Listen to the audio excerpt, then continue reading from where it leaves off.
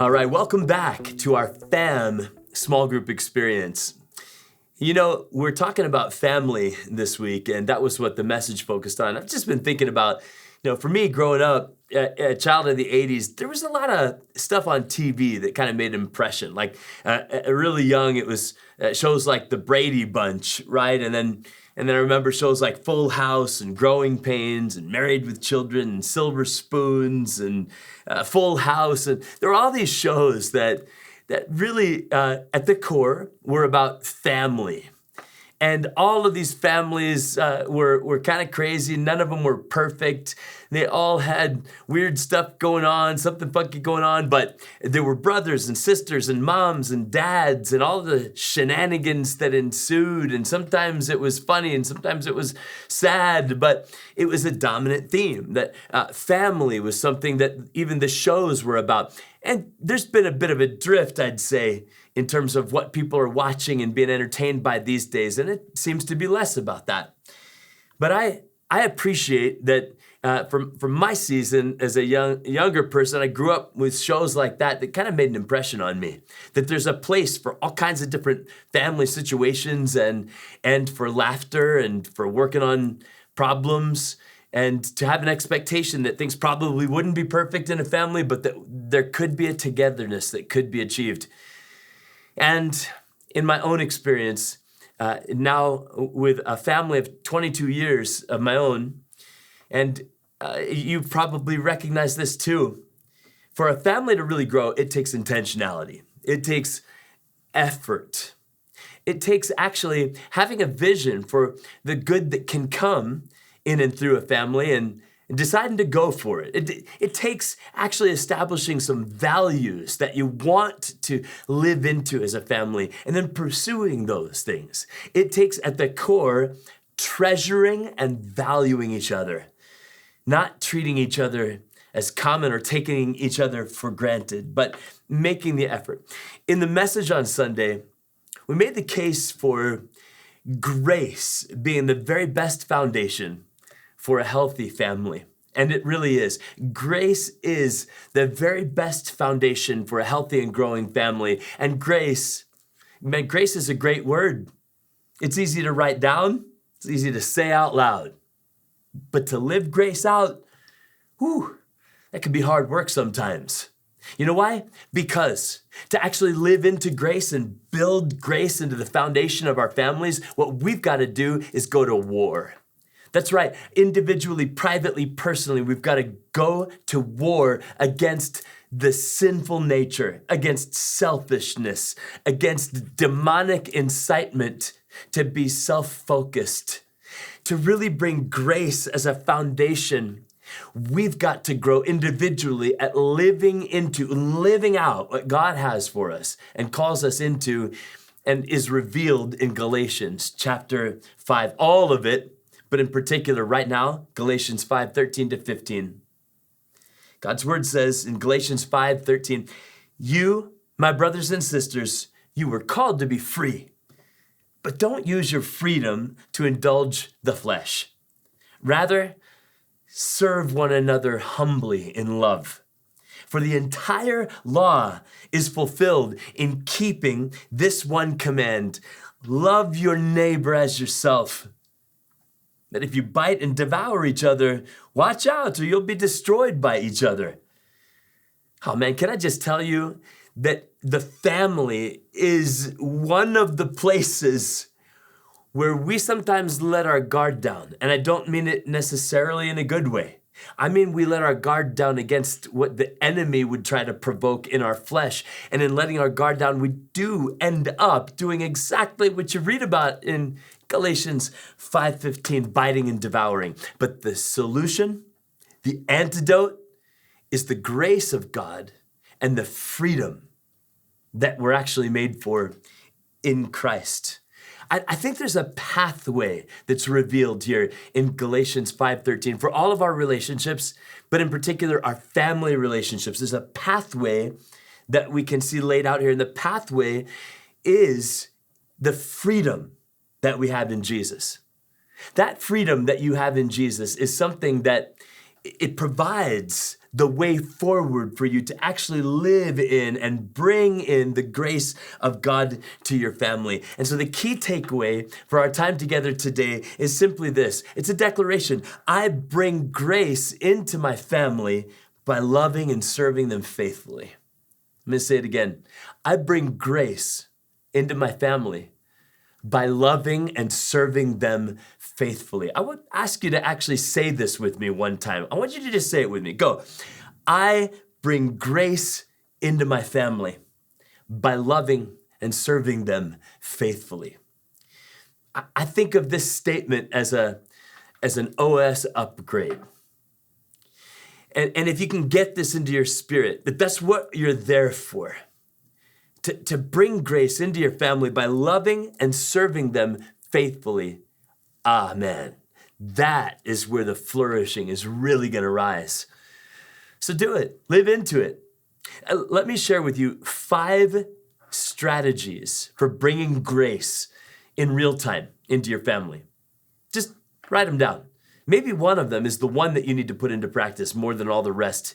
But consider these with me. 5 strategies for really bringing grace into your family. Number 1, shift the mood.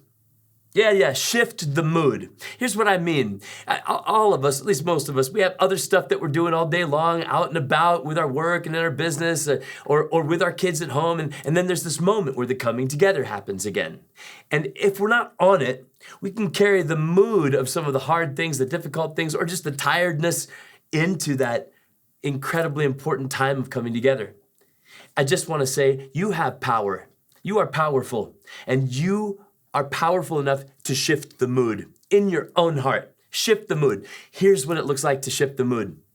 Before the transition moment of walking into the house or of welcoming her or him into the house and what that moment's going to be like, take a moment, take a beat, sit with yourself for a second, and just think to yourself, where am I? What's going on inside of me? And name the mood. I mean, some days it's going to be, I'm feeling great, I'm happy, I'm joyful in the Lord. Okay, awesome, good for you. But then for the rest of us, there's a lot of times where, to be truthful, if we could sit in that moment, we go, man, my mood is tired. My mood is full of tension. My mood is full of the outbreak that happened over here or whatever. Name it. Say so privately, okay? My current mood is uptight, grumpy, tired. Name it. And then say out loud, right now I shift my mood from uptight and grumpy to relaxed and joyful. I know it sounds weird, right? But say it. Right now I shift my mood. There's actually so much possibility in the presence of the power of the Holy Spirit in your life, even to do something like what I just described. Take that deep breath, say, I shift my mood from worn out and exhausted by these kids, whatever it is, to full of openness and affection. I shift my mood. Take that deep breath and then go. I just believe that God's going to meet you in something like that and that you're going to shift the mood and it's going to bring grace. Okay, number 2, write this one down. Show some affection. It's easy, right? Show some affection. But how many families that I've been dealing with as a pastor over the years where this is just a missing piece. It is easy, but it is also easy to miss. We can just get in our rut where we just have a little chip on our shoulder or have a little bit of something unpleasant. And so we forget to just simply reach out and put an arm around that kid. We forget to simply walk up to that spouse and a little touch, a little affection. Yes, I did just gesture that way. You saw that here. Or walking up to that spouse and just putting the arms tight around. Or coming up alongside that spouse and just a tender kiss on the neck or the cheek. Or actually coming up to that child of yours, putting both hands on the shoulder and looking right at them and giving them a little shake to say, I love you. You know, that affection changes things. That affection ushers in grace. And you can think of Jesus, right? And what he did with the disciples. And even when there were important things of ministry to take care of, he said, hey, let those little kids come my way. Let them come. I'll place my hands on them and bless them. Right? That's Jesus. That affection is crucial. Make sure you're making a place for it. Show some affection. That was number 2. Number 3, okay, do some chores unasked. I'll say it again. Better write this one down. Do some chores unasked. And I may be speaking in particular to one of the spouses. It tends to be the case that it's one of them. Not going to be trying to typecast here, but a lot of times it's the husband. Let's just say it. Not always, but okay. So do some chores unasked. Now, here's the thing. Here's what I know about you. I know you would be willing to do the laundry if asked. You would be willing to just take out the trash and the recycling if asked. And if asked, you might even be willing to go wash the car. Well, good for you. You're willing to do if asked. But guess what? That's not where the grace is. The grace is in you just going for it, just recognizing, look, there's a pile of laundry. I'm doing it. I'm just doing it. Nobody asked me. I don't care. I'm doing it. I'm gonna fold that stuff as tight and pretty as I can, right? It looks like saying, I'm taking that car. I'm washing it and filling up the gas, not because anybody asked me to, just because I love her. I love him, right? That's grace. That's beautiful. I know right now that somebody else in your marriage equation is going, oh, please, God, let him hear that. Let her hear this. But when you do some chores unasked, it communicates so much value, so much worth. It blesses, it releases a flow of grace. Yeah, so do some chores unasked. Okay, and number 4, spend time eye to eye and shoulder to shoulder. Spend time eye to eye and shoulder to shoulder. We're talking about bringing in grace. And you need to let grace come through by spending time eye to eye and shoulder to shoulder. So here's what must happen. The screens have got to be turned off. Maybe you could do what a lot of families do and say, hey, put all the devices in the basket just for this 145-minute period called dinner. Because you know what's really rough is when we're sitting at the table together, but somebody's not really there because they're here. Ooh, that just evaporates grace. So eye to eye means the screens get turned off and we just look at each other. We ask questions, we listen, we pay attention to the feelings that are there and the emotions and the needs. And shoulder to shoulder. Okay, so eye to eye, but also shoulder to shoulder. There's so much goodness in being able to spend time shoulder to shoulder. And maybe we're shoulder to shoulder because we're working on a project together, or we're going and serving together, or we're building something together, or we're doing something around the house together, but we're in it together, shoulder to shoulder. These moments where we can look at one another, eye to eye, playing cards, playing a game, not doing screens, where we're shoulder to shoulder, working on a project and putting our hearts into it together. These bring grace. So eye to eye, shoulder to shoulder. Number 5, celebrate small wins. Celebrate in small ways. I know that probably most of us will do it big for a birthday, probably do it big for an anniversary, hopefully. But what about just adding to the ways you can celebrate? I just noticed that celebration has a way of bringing more grace to the mix. And if we're only looking for a birthday or an anniversary, man, there's a lot of time where there's just no celebration. So celebrate in small ways. How about also celebrate the unbirthday and the unanniversary? How about celebrate, hey, you got a B on the test, yay! How about celebrate that your spouse finished a big project at work and it's done? Celebrate the heck out of each other. And I literally mean it that way. Celebrate the heck out of each other.